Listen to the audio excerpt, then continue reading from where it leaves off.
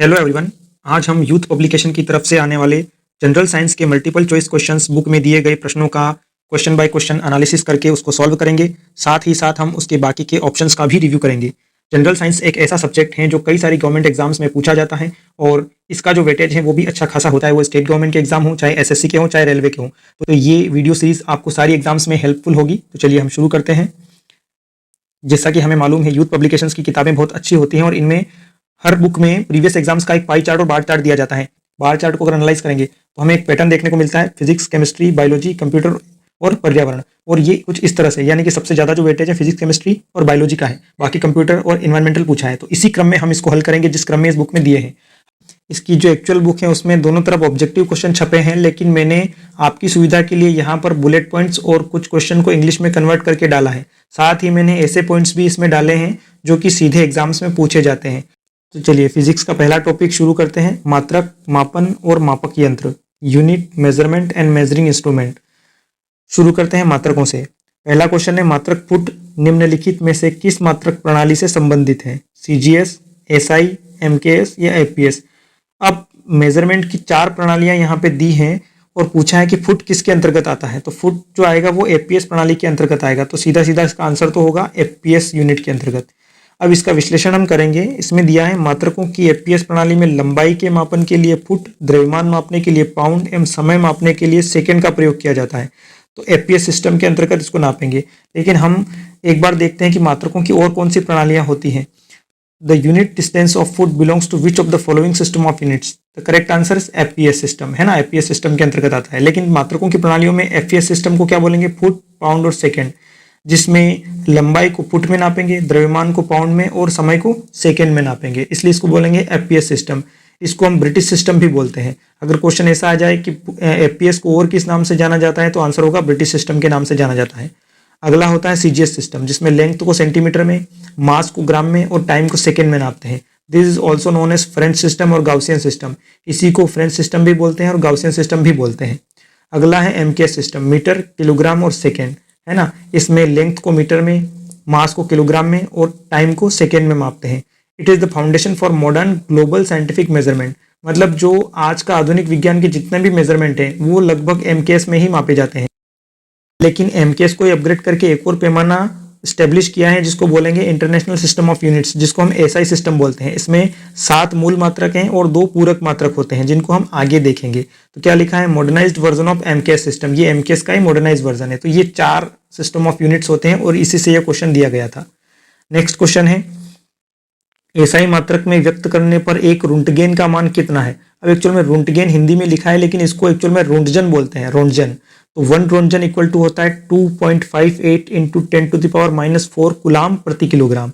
अब ये क्या होता है इसको हम देखते हैं। तो आंसर तो हो जाएगा इसका सीधा सीधा आंसर की अगर बात करें तो this will be the answer, ठीक है। लेकिन ये होता क्या है? एसआई इकाई में व्यक्त करने पर एक रुंटगेन का मान 2.58 इंटू 10⁻⁴ कुलाम प्रति किलोग्राम होता है। रुंटगेन विकिरण के मापन की एक गैर एसआई इकाई है जो वायु में एक्स किरणों और गामा किरणों के कारण उत्पन्न आयनन प्रभाव को मापती है। तो ये क्या मापता है? विकिरण मापन, मतलब रेडिएशन मेजरमेंट की एक यूनिट है। इसको हम इंग्लिश में देखते हैं। What is the value of roentgen when expressed in SI unit? Correct answer is B, that is 2.58 into 10⁻⁴ coulomb per kilogram. तो ये क्या मापता है? It measures how much electric charge is generated in a given mass of dry air when expose to ionising radiation like X rays और gamma rays. यानी कि air को जब एक्सरे और गामा रेज में एक्सपोज किया जाता है तो उसमें क्या होता है? आयोनाइजेशन होता है और इस आयोनाइजेशन के फलस्वरूप उसमें इलेक्ट्रिक चार्ज डेवलप होता है। इस इलेक्ट्रिक चार्ज को मेजर करते हैं रोंटजन में। किसके फलस्वरूप हुआ है? रेडिएशन के कारण। तो डायरेक्टली ये क्या नापता है? रेडिएशन को नापता है। किस में नापता है? एयर के अंदर। एयर में रेडिएशन की मात्रा कितनी है उसको मेजर करने के लिए रोंटजन का यूज किया जाता है। तो 1 roentgen equal to 2.58 into 10⁻⁴ coulomb per kilogram. तो चूंकि देखो एसआई यूनिट कोलाम पर किलोग्राम क्यों है इसकी? क्योंकि radiation exposure is measured directly in Coulomb's, that is electric charge. क्योंकि वो क्या एक प्रकार का इलेक्ट्रिक चार्ज है जो किस लिए डेवलप हुआ है? एयर को एक्सरे और गामा रे में एक्सपोज करने के कारण आयोनाइज हुआ और आयोनाइजेशन के कारण क्या हुआ? इलेक्ट्रिक चार्ज डेवलप हुआ। इसलिए इलेक्ट्रिक चार्ज को नापेंगे कुलाम में और एयर के मास को नापेंगे किलोग्राम में। तो इसकी यूनिट क्या हो जाएगी? कुलाम पर किलोग्राम, ठीक है ना। ये क्या नापता है? Radiation exposure in air. अब देखो, अब बाकी के जो इसमें ऑप्शन दिए हैं, इसमें ये दिया है 3.7 इंटू 10⁻10 विघटन प्रति सेकंड। ये क्या, ये 1 क्यूरी की वैल्यू है। 1 क्यूरी क्या नापता है, रेडियो एक्टिव डेके नापता है ना।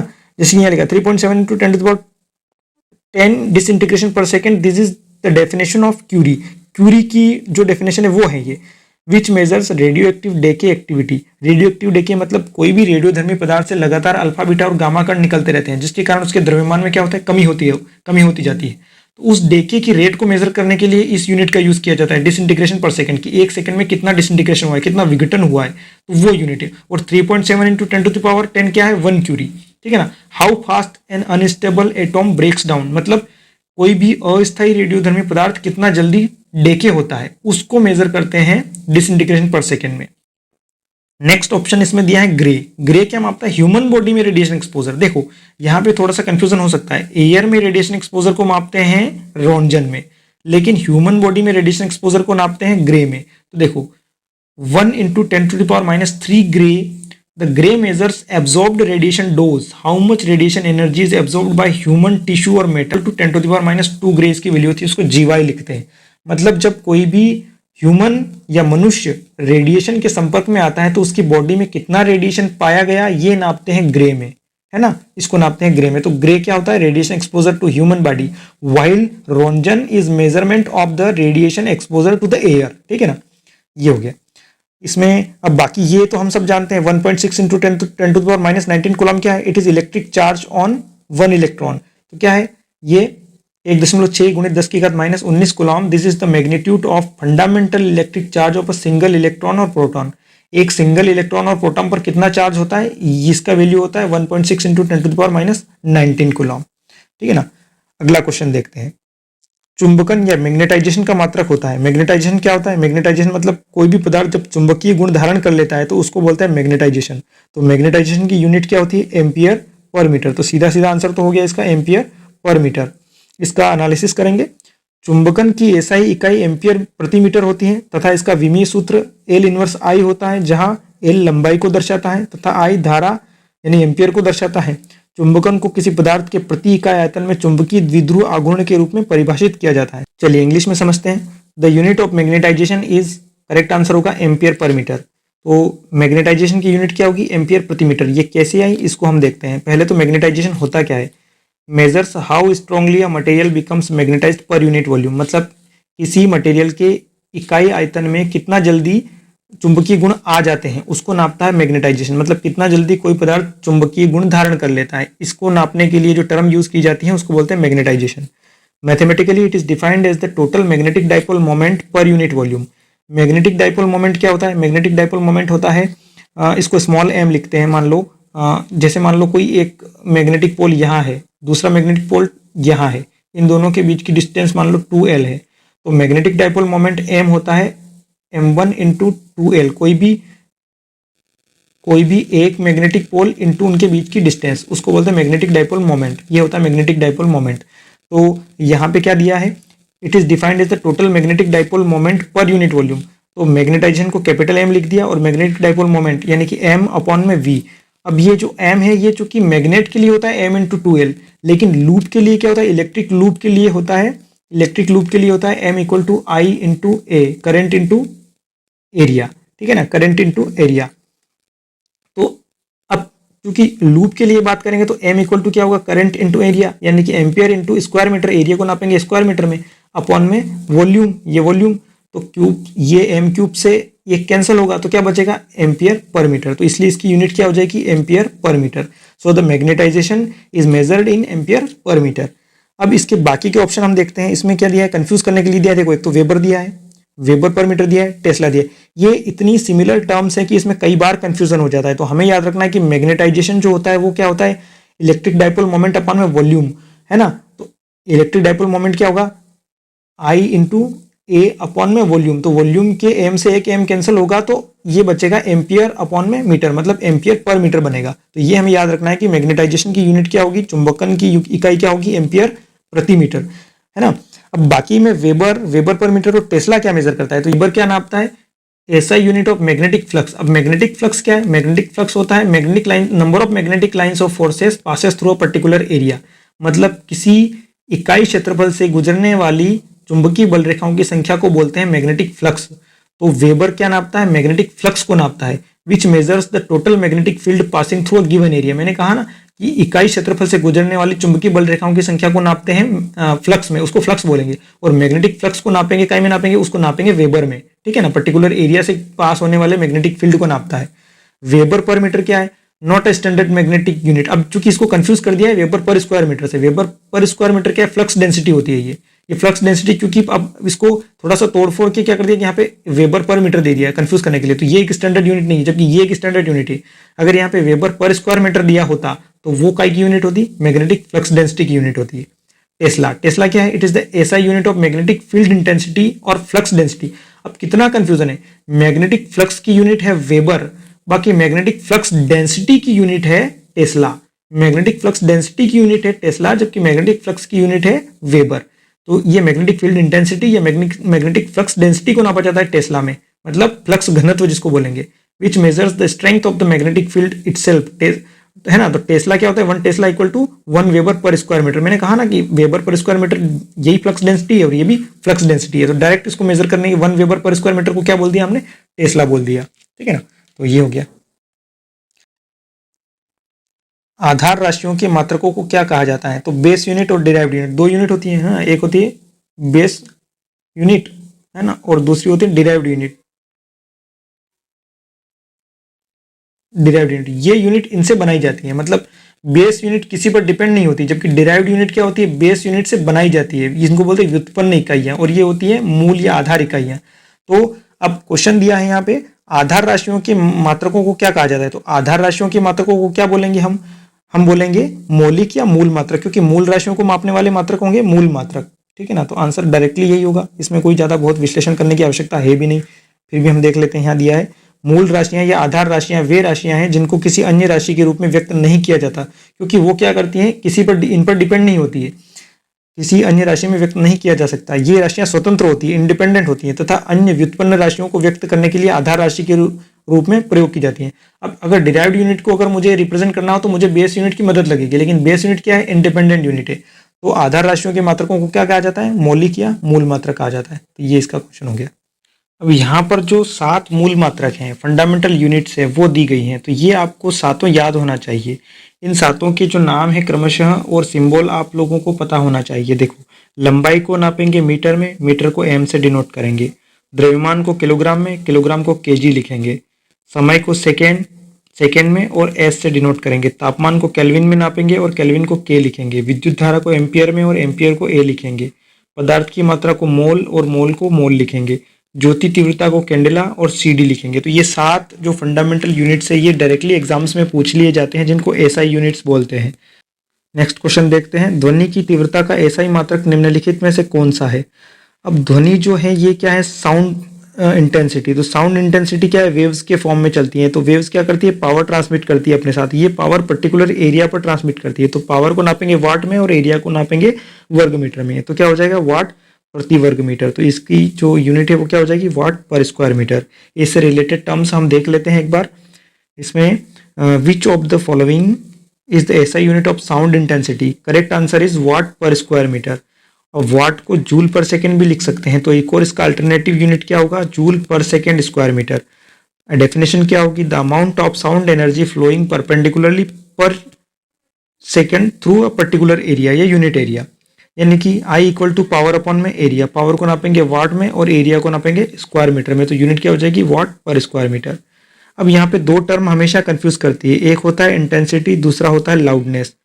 अब ध्वनि की तीव्रता और ध्वनि की प्रबलता, ये दोनों अलग अलग चीजें हैं। ध्वनि की तीव्रता डिपेंड करती है वेव के एम्पलीट्यूड और एरिया के ऊपर, मतलब आयाम और क्षेत्रफल पर निर्भर करती है। मान लो कोई भी ध्वनि तरंग इस तरह से चल रही है और ये जो डिस्टेंस है इसको बोलते हैं एम्पलीट्यूड। तो एम्पलीट्यूड और ये कितने एरिया पर स्ट्राइक हो रही है, इस एरिया और इस एम्पलीट्यूड पर डिपेंड करती है इंटेंसिटी, ध्वनि की तीव्रता। जबकि लाउडनेस क्या है? कानों की सुग्राह्यता, depends on sensitivity of human ear, मतलब हम हमारे कान पर ध्वनि को किस तरह महसूस करते हैं उसको बोलते हैं लाउडनेस। तो ये लाउडनेस जो है ये एक प्रकार की फीलिंग्स है ना। अब इससे रिलेटेड डायरेक्टली एग्जाम में क्या पूछा जाता है? लाउडनेस की यूनिट क्या है? प्रबलता का मात्रक क्या है? डेसिबल या बेल। जबकि इंटेंसिटी का मात्रक क्या है? वाट पर स्क्वायर मीटर। लेकिन प्रबलता या लाउडनेस नापते हैं डेसिबल या डीबी में। या बेल में। अब ह्यूमन के लिए सेफ लिमिट कितनी है? मानव कानों के लिए सुरक्षित सीमा है 85 डेबल। किसके अनुसार? WHO के अनुसार, कंटिन्यूस एक्सपोजर में। तो कंटिन्यूस एक्सपोजर में यदि 85 डेसिबल तक की ध्वनि हम सुनेंगे तो हमारे कानों को नुकसान नहीं होगा। इसके अलावा हमारे कानों को, इससे ऊपर की ध्वनि से हमारे कानों को नुकसान होगा। नेक्स्ट, थ्रेशोल्ड ऑफ हियरिंग, श्रवण की न्यूनतम सीमा भी एग्जाम में कई बार पूछा जाता है। तो इसमें है 10⁻⁻12 वाट पर स्क्वायर मीटर या 0 डेसिबल। ये ध्वनियां हमारा कान, मतलब इससे नीचे की ध्वनि हमारा कान नहीं सुन सकता, इसको बोलते हैं थ्रेशोल्ड ऑफ हियरिंग। तो जो वृद्ध व्यक्ति होते हैं उनका थ्रेशोल्ड ऑफ हियरिंग उम्र के साथ बढ़ जाता है, इसलिए उनको क्या ऊंचा सुनाई देने लग जाता है, तो इसको बोलते हैं threshold of hearing. Next question देखते हैं, ज्योति की तीव्रता का एसआई मात्रक क्या है ना? कैंडेला। क्या है? लुमिनस इंटेंसिटी का जो एसआई यूनिट है वो है कैंडेला। तो ज्योति की तीव्रता का एसआई मात्रक कैंडेला है। इससे रिलेटेड और टर्म्स हम डिस्कस करते हैं। The SI unit of luminous intensity is that is called candela. It is a measure of wavelength weighted power emitted by light source in a particular direction per unit solid angle.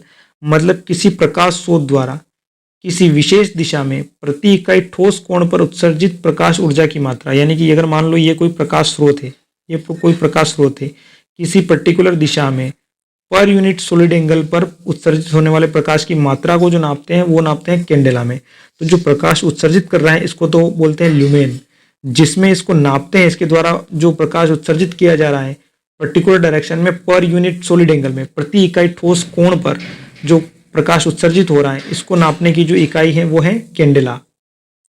और कितने particular area पर ये जो light है ये expose हो रही है, इस एरिया पर जो स्ट्राइक करने वाले number of lumens strike on the surface that is called lux, इसको बोलते हैं लक्स। तो ये जनरल टर्म आपको समझने में आसानी होगी। अगला क्वेश्चन देखते हैं, एसआई मात्रक पद्धति के अनुसार भौतिक राशियों को मापने के लिए प्रयुक्त किए जाने वाले मूल मात्रक कितने हैं? नंबर ऑफ फंडामेंटल यूनिट्स कितनी है? 7, जो ऊपर डिस्कस की है। और इसके साथ दो क्या है? सप्लीमेंट्री यूनिट्स, स्टेरेडियन और रेडियन, जो सॉलिड एंगल और प्लेन एंगल को मेजर करते हैं। तो मेनली क्या है? 7। तो आंसर का क्या होगा? भौतिक राशियों को मापने के लिए प्रयुक्त किए जाने वाले मूल मात्रक कितने हैं? 7 हैं। इसमें कोई विश्लेषण की जरूरत है नहीं। नेक्स्ट क्वेश्चन, आवृत्ति के मापन का मात्रक क्या है? फ्रीक्वेंसी को काय में मेजर करते हैं? फ्रीक्वेंसी को मेजर करते हैं हर्ट्ज में, क्योंकि मिलीसेकंड क्या है? टाइम की यूनिट है, पास्कल प्रेशर की यूनिट है, जूल एनर्जी की यूनिट है। तो इसका यूनिट क्या हो जाएगा? हर्ट्ज। आवृत्ति के मापन का मात्रक हर्ट्ज होता है, जबकि कार्य और ऊर्जा का मात्रक जूल तथा दाब का मात्रक पास्कल होता है। हर्ट्ज से रिलेटेड कुछ और टर्म्स हम देखते हैं। What is the unit of measuring frequency? That is called hertz. अब फ्रीक्वेंसी क्या होती है? फ्रीक्वेंसी, मान लो कोई भी वेव फॉर्म अगर इस तरह से चल रही है, इस तरह से चल रही है, तो ये कोई भी वेव यहाँ से यहाँ तक जब आप एक चक्कर पूरा करती है तो इसको तो बोलते हैं टाइम पीरियड टी, इसको बोलते हैं टाइम पीरियड टी। लेकिन अगर एक सेकंड में कोई भी ध्वनि तरंग कितने चक्कर पूरा कर रही है, कितने चक्कर, number of cycle completed in 1 second, that is called frequency, इसको बोलते हैं फ्रीक्वेंसी। तो एफ इक्वल टू क्या होता है? 1 में टी। फिर अब कुछ और टर्म्स है यहाँ पे। अब फ्रीक्वेंसी में क्या होता है? 20 हर्ट्ज से नीचे की जो फ्रीक्वेंसी होती है उसको बोलते हैं इंफ्रासोनिक या अपश्रव्य, है ना। Less than 20 hertz is called infrasonic, जिसको एलिफेंट सुन सकते हैं, अर्थक्वेक जिसमें डिटेक्ट होते हैं, या रिनोस सुन सकते हैं। ऑडिबल रेंज क्या होती है? 20 हर्ट्ज से 20,000 हर्ट्ज, यानी कि 20 हर्ट्ज से 20,000 हर्ट्ज के बीच की ध्वनि को इंसानी कान सुन सकता है, इसको बोलते हैं श्रव्य परास। ये होती है ऑडिबल रेंज।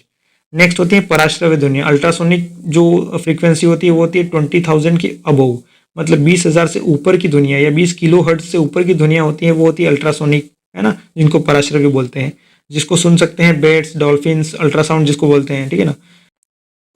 एक और फॉर्मूला पूछा जाता है एंगुलर फ्रीक्वेंसी और लीनियर फ्रीक्वेंसी में रिलेशन। तो एंगुलर फ्रीक्वेंसी रेडियन पर सेकंड इक्वल टू होता है 2 पाई इंटू लीनियर फ्रीक्वेंसी, और लीनियर फ्रीक्वेंसी को मेजर करते हैं हर्ट्ज में, जबकि एंगुलर फ्रीक्वेंसी नापी जाती है रेडियन पर सेकंड में। तो इसका एक फार्मूला भी है, omega equal to 2 pi nu. तो ये क्या है?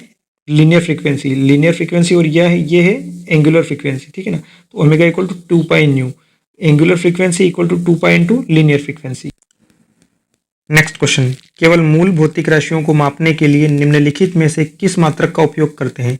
मूल भौतिक राशियां मतलब कि फंडामेंटल क्वांटिटी, यानी कि बेस क्वांटिटी, और बेस क्वांटिटी को मेजर करने के लिए बेस यूनिट का इस्तेमाल करेंगे, यानी कि फंडामेंटल यूनिट्स जिसको बोलते हैं, है ना। जैसा कि हमने डिस्कस किया है, इनको बोलते हैं बेस यूनिट या फंडामेंटल यूनिट्स। बेस यूनिट, और ये क्या है? Derived units. Derived units. और ये तो होगा नहीं, दोनों तो होगा नहीं, ये भी नहीं होगा, तो आंसर क्या होगा? मूल मात्रक। इसने एक्सप्लेनेशन क्या दिया है? मूल भौतिक राशियों को मापने के लिए मूल मात्रकों का उपयोग किया जाता है। एसआई प्रणाली में मूल मात्रकों की संख्या 7 है। लंबाई को मीटर में, द्रव्यमान को किलोग्राम में, समय को सेकेंड में, तापमान को केल्विन में, विद्युत धारा को एम्पियर में, ज्योति तीव्रता को कैंडेला में, पदार्थ की मात्रा को मोल में मेजर किया जाता है। तो ये 7 बेसिक यूनिट आपको याद रखना है। नेक्स्ट क्वेश्चन है, घन कोण का एसआई मात्रक क्या है? सॉलिड एंगल का एसआई मात्रक क्या है? स्टेरेडियन। क्योंकि ये दो सप्लीमेंट्री जो यूनिट्स हैं वो साथ के साथ कंबाइन करके दिए गए हैं, तो घन कोण का एसआई मात्रक स्टेरेडियन है। लेकिन घन कोण क्या होता है, एक नजर डालते हैं। हम देखते हैं कि जो रेडियन और स्टेरेडियन है, रेडियन क्या करता है? प्लेन एंगल को मेजर करता है। यह है प्लेन एंगल। जो ये सर्कल है इसमें यहाँ सेंटर पर जो ये कॉर्ड है, यहाँ पर angle subtended by the 2 points on the circumference, ये होता है प्लेन एंगल। और सॉलिड एंगल में क्या होता है? स्फीयर, ये एक गोला है, तो इस गोले में कोई भी एक सरफेस के द्वारा जो भी सेंटर पर कोण होगा उसको बोलते हैं सॉलिड एंगल या ठोस कोण, ठीक है ना। गोले के किसी भी सतह के क्षेत्रफल के द्वारा उसके केंद्र पर बनाया गया कोण होगा सॉलिड कोण, है ना। तो रेडियन को नापेंगे प्लेन एंगल को नापेंगे रेडियन में, जबकि सॉलिड एंगल को नापेंगे स्टेरेडियन में। तो ये both radian and steradian have no dimensional formula. ये क्या है? डायमेंशनल लेस क्वांटिटी है, इनका कोई डायमेंशनल फार्मूला नहीं होता है। m0 l0 t0 आता है। They are unit bearing but dimensionless parameters. Unit तो होती है इनकी लेकिन डायमेंशनलेस होती है, ठीक है ना, इतना ध्यान रखना है आपको। नेक्स्ट क्वेश्चन, प्रतिरोधकता की एसआई इकाई क्या है? प्रतिरोधकता मतलब रेजिस्टिविटी। रेजिस्टिविटी को काय में नापेंगे? ओम मीटर में नापेंगे, जबकि रेजिस्टेंस को काय में नापेंगे? ओम में नापेंगे, ठीक है ना। रेजिस्टेंस का मात्रक क्या है? ओम। और ओम मीटर क्या है? रेजिस्टिविटी को मेजर करता है। तो प्रतिरोधकता की इकाई ओम मीटर होती है। पदार्थ की प्रतिरोधकता चालक की प्रकृति और तापमान पर निर्भर करती है। ये इंपॉर्टेंट है, यहाँ पे ये भी पूछा जाता है कि भाई प्रतिरोधकता किस पर डिपेंड करती है, तो ये चालक की प्रकृति और टेम्परेचर पर डिपेंड करती है। जबकि प्रतिरोध किस पर निर्भर करता है? प्रतिरोध एरिया पर डिपेंड करता है, लेंथ पर डिपेंड करता है ना। यहाँ हम देखते हैं प्रतिरोधकता की एसआई इकाई क्या है। What is the SI unit of resistivity? अब ये एक शॉर्ट टेबल है जिसमें से रेजिस्टिविटी के अलावा भी कई सारी चीजें इसमें से पूछी जाती हैं। तो देखो, रेजिस्टेंस यानी कि प्रतिरोध को काय में मेजर करते हैं? ओम में नापते हैं। फॉर्मूला क्या होगा? R = V/I, ये ओम का नियम है। प्रतिरोधकता यानी कि रो से डिनोट करेंगे। प्रतिरोधकता को काय में नापेंगे? ओम मीटर में नापेंगे, है ना। यानी कि पर यूनिट लेंथ में जो रेजिस्टेंस होता है एक्चुअल में उसी को रेजिस्टिविटी बोलते हैं। और ये कांस्टेंट होता है, मटेरियल वाइज अलग अलग मटेरियल का अलग अलग होता है और ये कांस्टेंट होता है, ठीक है। इसका फार्मूला क्या होता है? रो = R/L। अगला है चालकत्व या कंडक्टेंस। अब रेजिस्टेंस का जस्ट अपोजिट होता है कंडक्टेंस, है ना। प्रतिरोध का अपोजिट चालकत्व होता है। तो इसको R लिखेंगे, इसको G लिखेंगे। तो G को काय में नापेंगे? एक्चुअल में चालकत्व को नापा जाता है सीमेंस में। सीमेंस को क्या है? जब ये ओम है तो ये क्या हो जाएगा? ओम इनवर्स हो जाएगा, इसका जस्ट अपोजिट। इसको ओम भी लिखते हैं, मोह भी लिखते हैं। G = 1/R। चालकता यानी कि सिग्मा, है ना, कंडक्टिविटी, इसको सीमेंस पर मीटर में नापेंगे। सीमेंस पर मीटर में नापेंगे और इसका फार्मूला होगा 1/ρ। ये इसका जस्ट अपोजिट है, ठीक है ना, इसका जस्ट अपोजिट है। और रेजिस्टेंस इसका जस्ट अपोजिट है, ये इसका जस्ट अपोजिट है, ठीक है। रेजिस्टिविटी का उल्टा है कंडक्टिविटी, रेजिस्टेंस का उल्टा है कंडक्टेंस, ठीक है। तो ये एक शॉर्ट रिव्यू। नेक्स्ट क्वेश्चन, निम्नलिखित में से कौन सी तापमान की एसआई इकाई है? देखो, एसआई यूनिट क्या है टेम्परेचर की? डिग्री, सेल्सियस, फ़ारेनहाइट या केल्विन। इसकी एसआई यूनिट है केल्विन। मैंने भी 7 मात्रक बताए, उसमें से 7 मूल मात्रकों में से केल्विन भी एक है ना। तो अंतर्राष्ट्रीय पद्धति एसआई में तापमान की इकाई केल्विन है। ताप का यह पैमाना लॉर्ड केल्विन द्वारा सन 1852 में प्रस्तुत किया गया था। इसमें जल के हिमांक यानी कि फ्रीजिंग पॉइंट 273 केल्विन या परम शून्य, है ना, एटमॉस्फेयर, तथा क्वथनांक को 273 केल्विन, क्वथनांक यानी कि बॉइलिंग पॉइंट को 273 केल्विन माना गया है। इन दोनों के बीच की दूरी को 100 बराबर भागों में बांटा गया है। इसके बारे में थोड़ा और जानते हैं। What is the absolute zero? अब चूंकि केल्विन टेम्परेचर को एब्सोल्यूट जीरो भी बोलते हैं, है ना, तो एब्सोल्यूट जीरो केल्विन को बोलेंगे एब्सोल्यूट जीरो। तो ये भी कई बार आ जाता है कि परम शून्य ताप या एब्सोल्यूट जीरो क्या है, तो 0 केल्विन यानी कि -273.15 डिग्री सेल्सियस को बोलेंगे absolute zero. It is the lowest possible theoretical temperature where all molecular motion stops completely, यानी कि जिस पर प्रेशर जीरो हो जाता है। क्योंकि प्रेशर जीरो क्यों होगा? क्योंकि मोलिकुलर मोशन है, अणुओं के बीच की जो गति है वो जीरो हो जाती है, ठीक है ना, इसलिए इसको बोलते हैं 0 केल्विन यानी कि एब्सोल्यूट जीरो। वह न्यूनतम संभव सैद्धांतिक तापमान जिस पर अणुओं की गति पूरी तरह समाप्त हो जाती है, यानी कि इससे कम टेम्परेचर पॉसिबल नहीं है, इससे लोएस्ट पॉसिबल टेम्परेचर नहीं हो सकता, इसलिए यह न्यूनतम संभव ताप है और इसकी वैल्यू होती है -273.15 डिग्री सेल्सियस। या 0 केल्विन, इसको बोलते हैं परम शून्य ताप या 0 केल्विन। अब टेम्परेचर स्केल का रिलेशन भी कई बार एग्जाम्स में पूछ लिया जाता है। तो टेम्परेचर स्केल में देखो ये फॉर्मूला आपको याद रखना है, C/5 equal to F-32/9 equal to K-273/5 equal to R/4। अब इस फॉर्मूले में ये सेल्सियस है, ये फ़ारेनहाइट है, ये केल्विन है और ये र्यूमर है। तो इनमें अगर आपको कन्वर्जन करना हो, जैसे सेल्सियस से फ़ारेनहाइट में कन्वर्ट करना हो या फ़ारेनहाइट से सेल्सियस में कन्वर्ट करना हो, तो इन दोनों को लेंगे। फ़ारेनहाइट से केल्विन में चेंज करना है तो इन दोनों को लेंगे, या सेल्सियस से अगर केल्विन में कन्वर्ट करना है तो इन दोनों को लेंगे। तो 5 से 5 कैंसिल हो जाएगा। देखो C इक्वल टू क्या आ जाएगा, K माइनस, अगर सेंटीग्रेड से केल्विन में कन्वर्ट करना है तो C इक्वल टू क्या निकल के आएगा, K-273। यानी कि जो भी टेम्परेचर डिग्री सेल्सियस में होगा उसमें अगर हम 273 को ऐड कर दें तो वो केल्विन में चेंज हो जाएगा, है ना। ये स्केल, इसको आपको याद रखना है, ये जनरली कई जगह यूज किया जाता है साइंस में।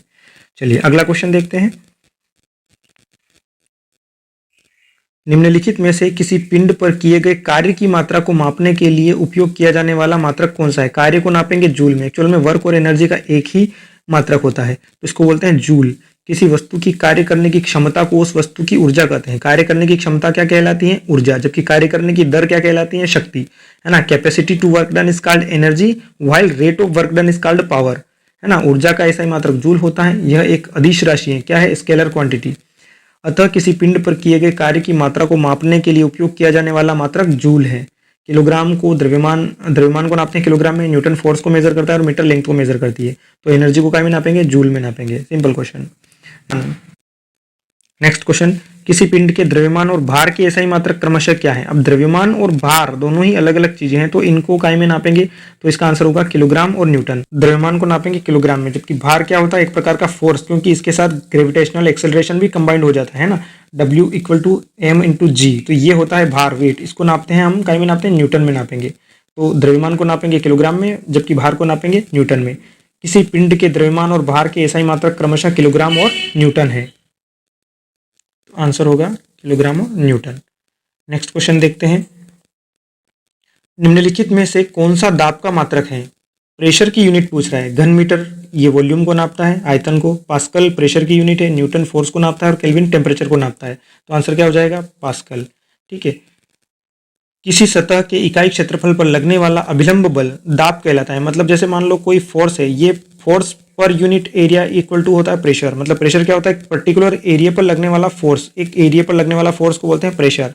तो किसी सतह के इकाई क्षेत्रफल पर लगने वाला अभिलंब बल क्या कहलाता है, दाब कहलाता है। दाब इक्वल टू क्या होता है, बल बटे ये, बल बटे क्षेत्रफल, ठीक है ना, बल बटे क्षेत्रफल। यह एक अदिश राशि है। दाब का एसआई मात्रक पास्कल होता है। इसका एसआई मात्रक क्या होता है, पास्कल होता है। जबकि एक पास्कल क्या होता है, newton per square metre. 1 pascal equal to 1 newton per square metre. ये याद रखना है अपने को, ये कई बार एग्जाम्स में पूछ लिया जाता है। प्रेशर की और यूनिट क्या होती है हम देख लेते हैं। पहले इस क्वेश्चन को इंग्लिश में देखते हैं। विच of the following is the unit of pressure. Correct answer is pascal, है ना। पास्कल 1 पास्कल इक्वल टू होता है 1 न्यूटन पर स्क्वायर मीटर। अब other important units of pressure, दाब के अन्य प्रमुख मात्रा क्या है, बार। ये बड़ी इकाई है। तो 1 बार इक्वल टू होता है 10⁵ पास्कल या 10⁵ न्यूटन पर स्क्वायर मीटर। इसको एटमॉस्फेरिक प्रेशर को मेजर करने के लिए यूज करते हैं। मौसम विज्ञान में इसका जनरली यूज किया जाता है कि कितने बार प्रेशर है। तो 1 बार इक्वल टू 10⁵ पास्कल और equal to 10⁵ Newton per square metre. अगला है एटमॉस्फेरिक प्रेशर यानी कि एटीएम में जिसको नापते हैं। तो 1 एटीएम इक्वल टू होता है 1.013 इंटू 10⁵ पास्कल। ये ऑब्जेक्टिव में कई बार डायरेक्टली पूछ लिए जाते हैं कि 1 एटीएम इक्वल टू कितना पास्कल होता है या कितना mm ऑफ Hg होता है। तो 1 ATM equal to 1.013 into 10⁵ pascal या 760 mm ऑफ Hg। पारे की हाइट में नापेंगे तो कितना आ जाएगा, 760 millimetre of Hg। Standard air pressure होता है ये, स्टैंडर्ड एयर प्रेशर। वायुमंडलीय दाब को नापते हैं एटीएम में। टॉरसली में निर्वात को नापेंगे, यानी कि वैक्यूम को मेजर करना है तो वो टॉरसली में मेजर करेंगे। तो 1 टॉर इक्वल टू क्या होगा, 1 mm ऑफ Hg या 1.33.32 पास्कल।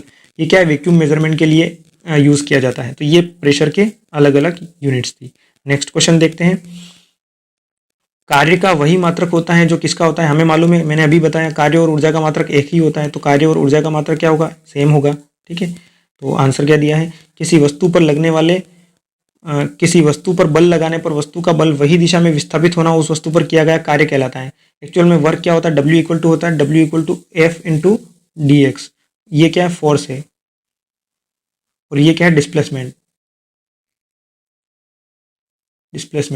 मतलब वस्तु पर लगाया गया बल और बल की दिशा में विस्थापन, इन दोनों के गुणनफल को बोलेंगे कार्य, और कार्य और एनर्जी की इकाई एक ही होती है। ठीक है, तो इसलिए यहाँ लिखा है किया गया कार्य, किसी वस्तु की कार्य करने की क्षमता को ऊर्जा कहते हैं। यह एक अदिश राशि है और इसका ऐसा ही मात्रक क्या है, जूल है, अतः कार्य का मात्रक वही होगा जो कि ऊर्जा का मात्रक होता है। तो ये सिंपल एक्सप्लेनेशन है ना। नेक्स्ट क्वेश्चन, निम्नलिखित में से कौन सी राशि क्विंटल इकाई का उपयोग करके मापी जाती है। अब क्विंटल में क्या मापते हैं, हमें सबको मालूम है कि द्रव्यमान यानी कि वजन को मेजर करते हैं, तापमान केल्विन में नापते हैं, लंबाई को मीटर में नापेंगे, आयतन को मीटर क्यूब में नापेंगे, लेकिन क्विंटल से क्या नापते हैं, द्रव्यमान को नापते हैं। तो ये आंसर होगा इसका। क्विंटल द्रव्यमान के मापन की एक इकाई है जो 100 किलोग्राम के बराबर होती है। इसका उपयोग आमतौर पर अनाज या थोक वस्तुओं को मापने के लिए किया जाता है, यानी कि बड़े भार जो नापेंगे बोरियों में उसको नापेंगे क्विंटल में, और 1 क्विंटल इक्वल टू होता है 100 किलोग्राम। इसमें मास की और यूनिट एग्जाम में पूछी जाती है। 1 क्विंटल तो आपको याद रखना है, 1 क्विंटल इक्वल टू 100 kg यानी कि 100 किलो। 1 मेट्रिक टन, क्विंटल से बड़ा क्या होगा, टन होगा, तो 1 टन इक्वल टू क्या होगा, 10 क्विंटल। 10 क्विंटल को मिला के 1 टन बनेगा। 10 क्विंटल यानी कि 1000 किलोग्राम, इसी से हम निकालेंगे तो 1000 निकल के आएगा। नेक्स्ट 1 पाउंड, ये IBS है ना, ब्रिटिश सिस्टम में जब भार को नापते हैं तो 1 पाउंड इक्वल टू कितना होता है, 0.4536 किलोग्राम। ठीक है ना, आपको जनरली यही याद रखना है, 45 तक याद रख लेना है कि 0.45 किलोग्राम इक्वल टू 1 पाउंड होता है। 1 ऑन्स कितना होगा, 28.35 ग्राम, ये छोटी यूनिट है एक्चुअल में। 1 ऑन्स इक्वल टू 28.35 ग्राम। एक और ये जो केमिस्ट्री में यूज़ किया जाता है AMU, एटॉमिक मास यूनिट, तो 1 AMU इक्वल टू होता है 1.66 इंटू 10⁻26 किलोग्राम। ठीक है, 1 AM equal to 1.66 into 10⁻27 kilogram. तो ये केमिस्ट्री में कई बार जनरली पूछ लिया जाता है। तो ये भार के अन्य पैमाने और उनका कन्वर्जन। ठीक है, नेक्स्ट क्वेश्चन देखते हैं। घरेलू ऊर्जा की खपत को मापने के लिए आमतौर पर विद्युत शक्ति की किस इकाई का उपयोग किया जाता है। तो घरेलू ऊर्जा यानी कि विद्युत का हमारा जो इलेक्ट्रिक बिल आता है वो कई में आता है, किलोवाट आवर में आता है। तो इसकी यूनिट क्या हो जाएगी, किलोवाट घंटे में नापेंगे इसको। एम्पियर में करंट को नापेंगे, वाट में पावर को नापते हैं, जूल में एनर्जी को नापते हैं। लेकिन जो हमारी कमर्शियल एनर्जी की यूनिट होती है वो होती है किलोवाट आवर, है ना। घरेलू ऊर्जा खपत को मापने के लिए आमतौर पर विद्युत शक्ति की किलोवाट घंटा इकाई का उपयोग किया जाता है। 1 किलोवाट घंटा 1 घंटे में खपत की कई 1000 वाट बिजली के बराबर होती है। मतलब 1 घंटे में कितने हज़ार वाट हमने बिजली को खपत किया वो बताता है किलोवाट आवर। तो इसको देख लेते हैं सिंपल कन्वर्जन कैसे होगा इसका। Which unit of electric power energy is commonly use to measure domestic energy consumption. Domestic energy consumption के लिए जो कमर्शियल यूनिट है वो कौन सी होगी, तो करेक्ट ऑप्शन क्या होगा, किलोवाट आवर, है ना, KWH। अब एनर्जी E इक्वल टू क्या होता है, पावर इनटू टाइम। ठीक है ना, कितना पावर कितने टाइम तक हमने यूज़ किया, दैट इज कॉल्ड एनर्जी, कितना एनर्जी हमने कंज्यूम किया। तो 1 किलोवाट आवर क्या होगा, किलोवाट आवर का मतलब हो जाएगा किलोवाट को 1000 वाट में कन्वर्ट करेंगे तो किलोवाट को लिखेंगे 1000 वाट इंटू 1 आवर इक्वल टू क्या हो जाएगा 3600 सेकेंड। इसको जब हम ऐसा यूनिट में कन्वर्ट करेंगे, है ना, फंडामेंटल यूनिट में जब कन्वर्ट करेंगे तो इन दोनों का मल्टीप्लाई करेंगे तो क्या हो जाएगा 1 kilowatt hour equal to 3.6 into 10⁻6 joules. ये एनर्जी की मात्रा हो गई कि भाई 1 किलोवाट आवर में हम इतनी एनर्जी की खपत करते हैं। तो ये सिंपल कन्वर्जन हो गया। नेक्स्ट क्वेश्चन हम देखते हैं। बहुत बड़ी दूरियों जैसे खगोलीय दूरियों को मापने के लिए SI मात्रक क्या है। अब यहाँ क्वेश्चन को कंफ्यूज कर दिया गया है। खगोलीय दूरियों को नापने के लिए हम क्या खगोलीय मात्रक से कंफ्यूज हो जाते हैं, लेकिन खगोलीय मात्रक एक्चुअल में अर्थ और सन के बीच की दूरी है, जबकि खगोलीय दूरियों को नापने के लिए जो बड़ी दूरियां होती है उनको नापने के लिए प्रकाश वर्ष का यूज किया जाता है, लाइट ईयर। ठीक है, तो आंसर हो जाएगा लाइट ईयर, प्रकाश वर्ष। तो प्रकाश वर्ष वह दूरी है जो प्रकाश द्वारा निर्वात में 1 वर्ष में तय की जाती है। प्रकाश वर्ष मुख्यतः लंबी दूरियों जैसे खगोलीय दूरी तथा 2 तारों आदि के बीच की दूरी को मापने में प्रयोग किया जाता है। एक प्रकाश वर्ष बराबर कितना होता है 9.46 इंटू 10⁻15 मीटर। इसका मीटर कन्वर्जन होगा, एक प्रकाश वर्ष 1 light year equal to 9.46 into 10⁻15 metre के बराबर होता है। ऐसे ही दूरियों को नापने की अन्य इकाइयां हम देख लेते हैं। पहले इस क्वेश्चन को इंग्लिश में देखते हैं। The unit used to measure very large distances such as astronomical distance is, correct option is light year या प्रकाश वर्ष। अब एस्ट्रोनॉमिकल यूनिट्स ऑफ डिस्टेंस खगोलीय दूरी के अन्य मात्रक क्या है। पहला तो है प्रकाश वर्ष। प्रकाश वर्ष किसको बोलेंगे, the distance travelled by light in a vacuum in 1 Julian year. मतलब 1 साल में प्रकाश के द्वारा वैक्यूम में तय की जाने वाली दूरी कितने दिनों में, 365.25 दिन में, क्योंकि 1 साल में एग्जैक्ट 365 डेज नहीं होते एक्चुअल में। अगर उनको पॉइंट टू पॉइंट निकालें तो उनको बोलेंगे 365.25 डेज, और ये 0.25 डेज का हिसाब किताब लीप ईयर में होता है ना। तो इसलिए 1 साल में जो टोटल दिन है वो है 365.25 दिन। तो इस टाइम पीरियड में प्रकाश कितनी दूरी ट्रेवल करता है उस डिस्टेंस को बोलेंगे 1 लाइट ईयर। ठीक, प्रकाश द्वारा निर्वात में 1 वर्ष में तय की गई दूरी जिसको बोलेंगे लाइट ईयर या प्रकाश वर्ष। अब 1 लाइट ईयर का कन्वर्जन मैंने आपको बता दिया एक बार और यहाँ पे दिया है। 1 light year equal to 9.46 into 10⁻15 metre. या 9.46 इंटू 10⁻12 किलोमीटर में अगर मेजर करना है तो 12 होगा, मीटर में 10⁻15 होगा, ठीक है ना। ये अब नेक्स्ट है पार्सेक। ये एक्चुअल में सबसे बड़ी इकाई है, लार्जेस्ट यूनिट ऑफ डिस्टेंस, मतलब दूरी की सबसे बड़ी इकाई अगर पूछी जाए तो वो क्या होगी, पार्सेक होगी। पार्सेक एक शॉर्टकट फॉर्म है, किसका शॉर्टकट फॉर्म है, पैरालैक्टिक सेकेंड, ठीक है ना। पैरालैक्टिक सेकेंड को ही हम पार्सेक लिखते हैं शॉर्टकट में। तो largest unit of distance, definition क्या होगी, the largest unit use to measure astronomical distances. खगोलीय बहुत लंबी दूरियों को मापने के लिए बहुत बड़ा मात्रक कौन सा है, सबसे बड़ा मात्रक पार्सेक है, दूरी को नापने का सबसे बड़ा मात्रक। 1 पार्सेक इक्वल टू कितना होता है, 3.08 इंटू 10⁻16 मीटर या 3.26 लाइट ईयर, है ना, 3.26 प्रकाश वर्ष। नेक्स्ट आता है एस्ट्रोनॉमिकल यूनिट। ये भी कई बार पूछा जाता है, खगोलीय मात्रक, जो कि ऑप्शन में दिया है, जिसको एयू लिखते हैं। इसकी डेफिनेशन क्या होगी, the average distance between earth and sun, सूर्य और पृथ्वी के बीच की जो औसत दूरी है उसको बोलते हैं खगोलीय मात्रक, है ना। ये लिखा, पृथ्वी और सूर्य के बीच की औसत दूरी 1 एयू इक्वल टू क्या है, 1.6 इंटू 10⁻11 मीटर, ठीक है, या 1.5 इंटू 10⁸ किलोमीटर। ये इसका कन्वर्जन है। अब अगर मान लो हम तीनों पैमानों को कंपैरिजन करें डिसेंडिंग ऑर्डर में, मतलब घटते क्रम में लिखेंगे, तो सबसे बड़ा तो हो गया पार्सेक, उससे छोटा लाइट ईयर और उससे छोटा एयू यानी कि एस्ट्रोनॉमिकल यूनिट। तो ये आपको याद रखना है, ठीक है। इस ऑप्शन से हमारे बाकी के सारे भी ऑप्शन क्लियर हो गए। नेक्स्ट क्वेश्चन देखते हैं, निम्नलिखित में से कौन सा विकल्प 1 वोल्ट के बराबर है, जहां पे जे जूल है, सी कुलाम है और एस क्या है, सेकेंड है। तो इसका आंसर क्या हो जाएगा, जूल पर कुलाम को ही एक्चुअल में वोल्ट बोलते हैं। 1 वोल्ट की डेफिनेशन क्या होगी, अगर 1 जूल एनर्जी, मतलब 1 जूल कार्य अगर मान लो किसी आवेश को एक जगह से दूसरी जगह ले जाने में करना पड़ता है तो उसको बोलते हैं 1 वोल्ट, है ना। वोल्टेज क्या होता है, किसी एकांक आवेश को एक बिंदु से, विद्युत क्षेत्र में एक बिंदु से दूसरे बिंदु तक ले जाने में जो कार्य करना पड़ता है, एकांक आवेश को, यानी कि मान लो क्यू को एक जगह से दूसरी जगह ले जाने में जो कार्य करना पड़ता है उसको बोलते हैं पोटेंशियल या विभव। और इन दो बिंदुओं के बीच में अगर मान लो मैं डिफरेंस निकालूंगा तो उसको बोलते हैं वोल्टेज या विभवांतर।